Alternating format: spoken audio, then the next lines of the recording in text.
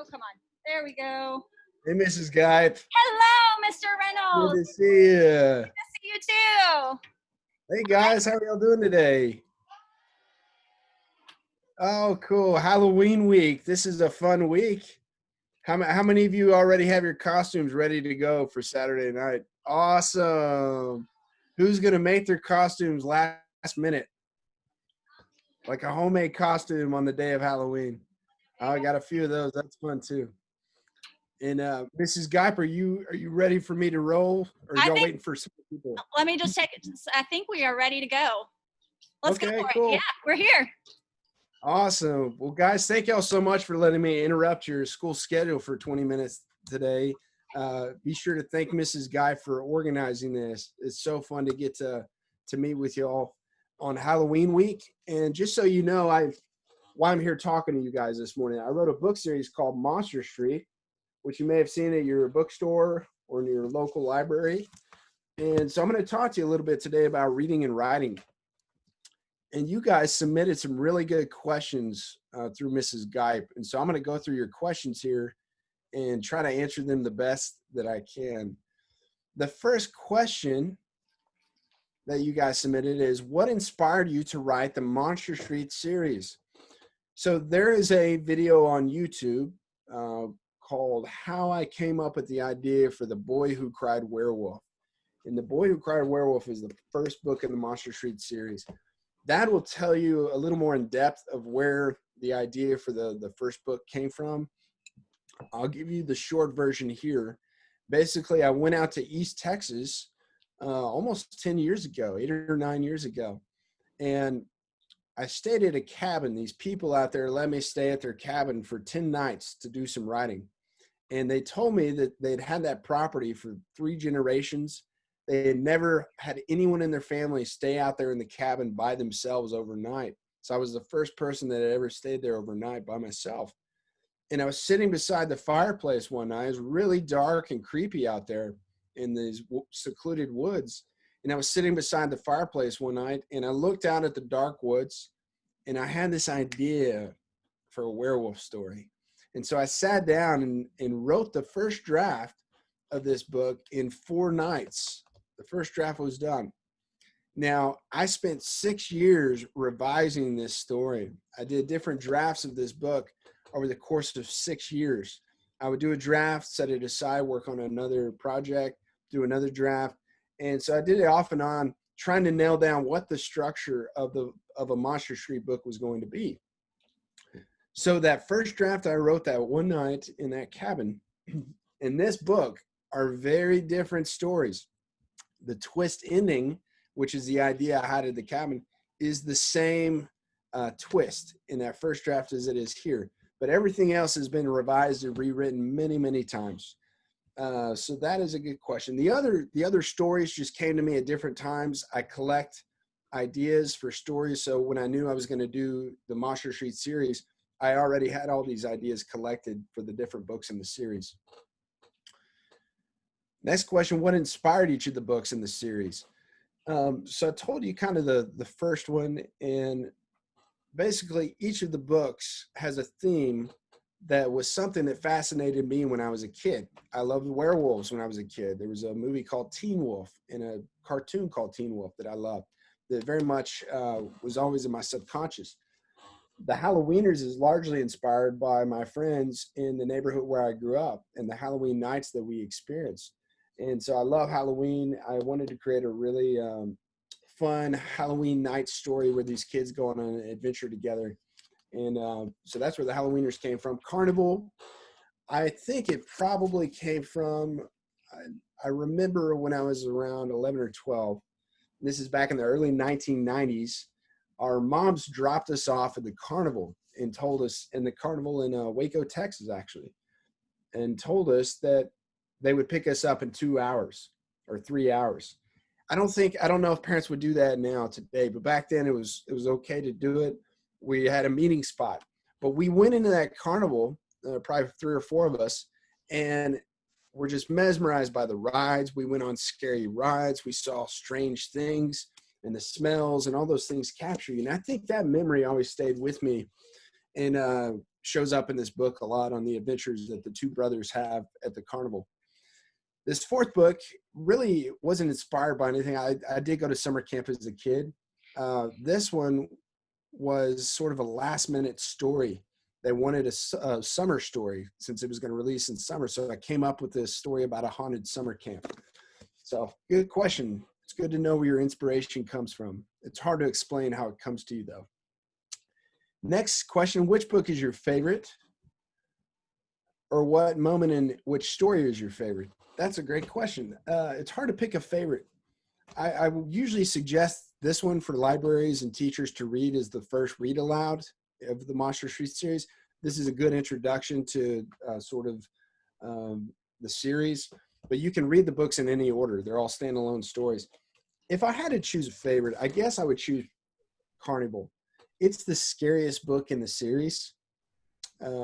By far, I would say significantly scarier than the other ones, but it has a lot of interesting metaphors and symbolism in it that I really like and am proud of. I took notes on this series for 7 years. On this book. I took notes on this book for 7 years.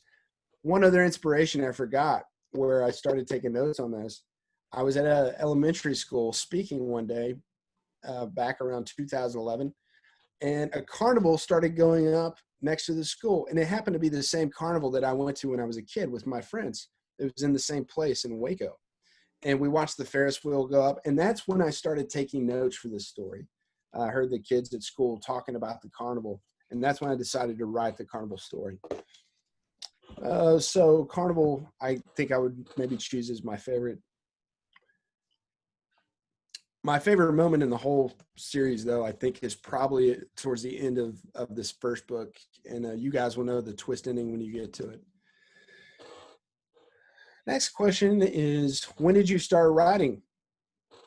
I started writing when I was 7 or 8, but it wasn't until I was in 5th grade when I really realized that I wanted to be an author when I grew up. And there's a video on YouTube. If you guys do YouTube, you can look up how I became an author, J.H. Reynolds, and I tell the whole story.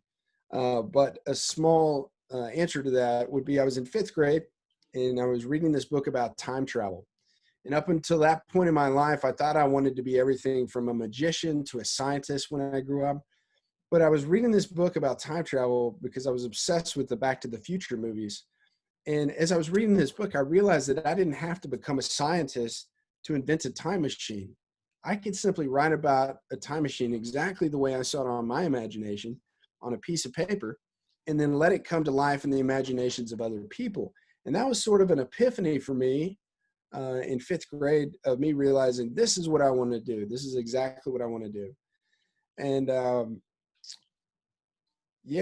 and I wrote letters to the authors of that book asking them, what do I need to study in college? What do I need to do to become an author? And they wrote back. So I still have 2 of the letters from those authors.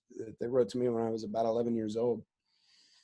What made you want to become an author? I sort of just answered that one. But I love the creative process is another part of that answer. Is I love creating, whether it's music or books or anything. What other jobs or careers have you had? When I was a kid, let's see, I sold my video game system when I was 9, Nintendo, so I could open up a bank account to start saving for a car when I turned 16. So I haven't played video games since I was 9, about 30 years. And I started mowing lawns a little bit after that, a few years after that. And I've been a laser tag instructor in high school. In my adult life, I've been a teacher. I've been a freelance writer. Been a expedition guide in Europe and Central America. My wife and I still own a educational travel company. We're partnered with National Geographic magazine, and we send student groups up to New York City and Washington, D.C., Boston, that kind of thing. And so I still do that. Writing is my main job, but we still do that. And actually this year we're not having any groups travel because of COVID.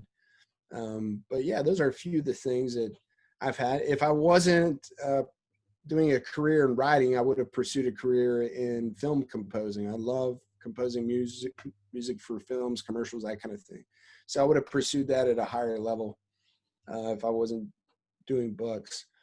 Next question, have you sold your books in any other countries or had them published in any other language? That's a great question. I don't think I've ever had that question before at a school. It's a very good, specific question. So the books are available in Canada right now. They're also available in the UK.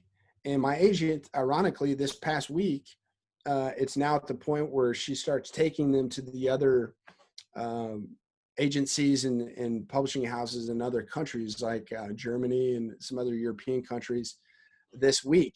She's talking with them about that. So it would be cool to see it printed in other languages. Halloween is not quite as, a lot of these stories have to do with sort of an American version of Halloween. And so it might not connect with readers, but who knows in other countries, hopefully so. Do you have any other books coming out soon? So I'm currently working on 2 new book series. One of them is a science fiction series. Another is a monster series that's a little more advanced and complex than Monster Street. These are some of my notes from this past week.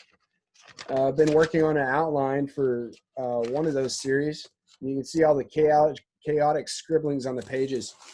I start with the ideas. I collect ideas for years, and then I go do the outlines like this with note cards and spirals. And this spiral, the notes you just saw, is part of an outline that I'm building right now based on notes that I've taken since 2010 for 10 years for this particular series. How long does it take you to write a book? And the next question is, will there be more Monster Street books? So we set out and planned to only do 4 Monster Street books, but we've had a lot of feedback with young readers asking for more. So if you do want more, you can write to HarperCollins Publishing. Your class can write classroom letters up to HarperCollins asking for more Monster Street books. The next question, how long does it take you to write a book? How long is the process from concept to finished product? That's a great question. I love that question. The answer is that it depends. This first book, I spent 6 years working on. Wrote the first draft in about 4 days and spent 6 years off and on doing drafts of it. So I did about 25 to 30 drafts of this book before it went to the printing press. Once the Monster Street series sold to the publisher, I was on a deadline for the other books. So I only had about 6 weeks to 2 months to write each of the other books, including the outline, creating the outline, and then writing the book. So I usually do at least 5 or 7 outline drafts. I would maybe do 1 draft of the outline, and I was able to do about 2 drafts of each of these books before it got printed. So that's a really good question. Where did you go to school and what did you major in college? So I did my undergraduate degree, my bachelor's degree at Baylor University in Waco, and studied professional writing. And I learned a lot during that time, especially writing workshops. That was a big thing I learned. And also just about the market and the industry of publishing. I learned a lot there. My master's degree I did at Harvard, and that was in literature and creative writing. And then my PhD, I'm currently working on my PhD at the University of Birmingham in England, and that's in literature, film, and writing. But you don't have to study writing to be a writer. The important thing about writing is that you're writing every day and you're working on your craft. You don't have to go to school and study writing. I just really enjoy that. But you could go study biology or history and have other source material, other subject matter that you can use in your own writing. So pursue the things in life that interest you, and you can draw from those things in your writing. But you do need to study the craft of writing on your own by reading and writing and interacting with other writers in order to become better at your craft. Next question, who is your favorite author? My favorite author, if I had to choose one, so there's so many authors. I have hundreds of pictures of authors and philosophers and scientists on my wall, people that inspire me. And everyone from Mark Twain to Washington Irving to J.K. Rowling to Harper Lee and Emily Dickinson. I mean, there's so many I could list, but if I had to choose one that has meant a lot to me personally, I would choose Ray Bradbury. Ray Bradbury wrote a book called Fahrenheit 451. He wrote The Halloween Tree, Something Wicked This Way Comes, The Martian Chronicles. And Ray, I was fortunate to have Ray as a mentor in my early 20s when I first was getting serious about making a career in writing. He read some of my early short stories and gave feedback. And I shared a lot of conversations with him during the last years of his life. And so he was a big influence on me personally through his conversations, but also through his work that we connected because I contacted him after reading all of his work and just loved his work. And so on both levels, personal and his work, he really impacted me. Next question is, what is your favorite children's book? That's a hard one. My favorite book when I was a small boy, the first book I ever remember falling in love with was Where the Wild Things Are. You guys read Where the Wild Things Are? It's such a great book. And that was the first one that I really remember falling in love with. Scary Stories to Tell in the Dark really impacted me when I was about first through third grade. It was really a fascinating book. My favorite children's book series is Harry Potter.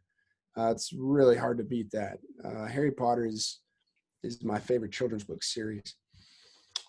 And last question here, and then we have time for maybe a couple more questions, but the last question here is, have you had any failures in your process? Specifically, are you like J.K. Rowling, who got turned down by publishers? That's a great question. I love that question so much. And the answer is yes, absolutely. All writers are going to face failures and rejections before they get to the point where they're selling their work. Every writer I've ever read about in biographies or talked to, they go through a lot of rejections. J.K. Rowling was actually really lucky because she, I think, had her first, I think it was the first novel she had ever sent out to publishing houses. She sold it, the first Harry Potter book. She had a lot of rejections, but she sold that first book eventually. Most writers are sending out multiple books before they ever sell one.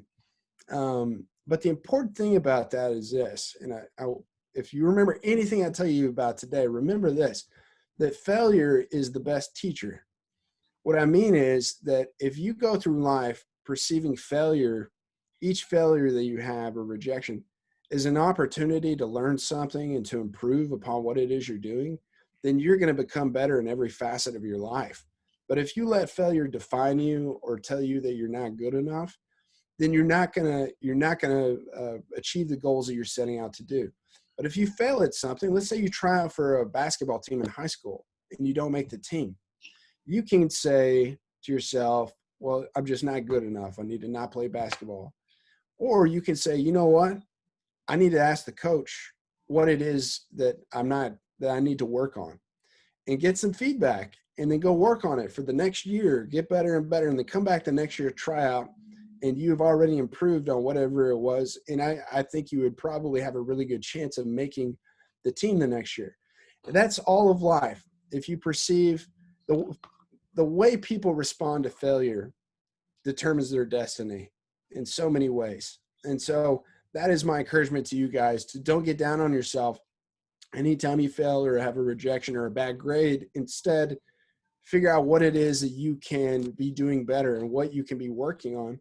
And every failure is not a step further away from your goal. It can be a step closer to your goal because you can learn something in that moment that's going to help you get closer to your goal.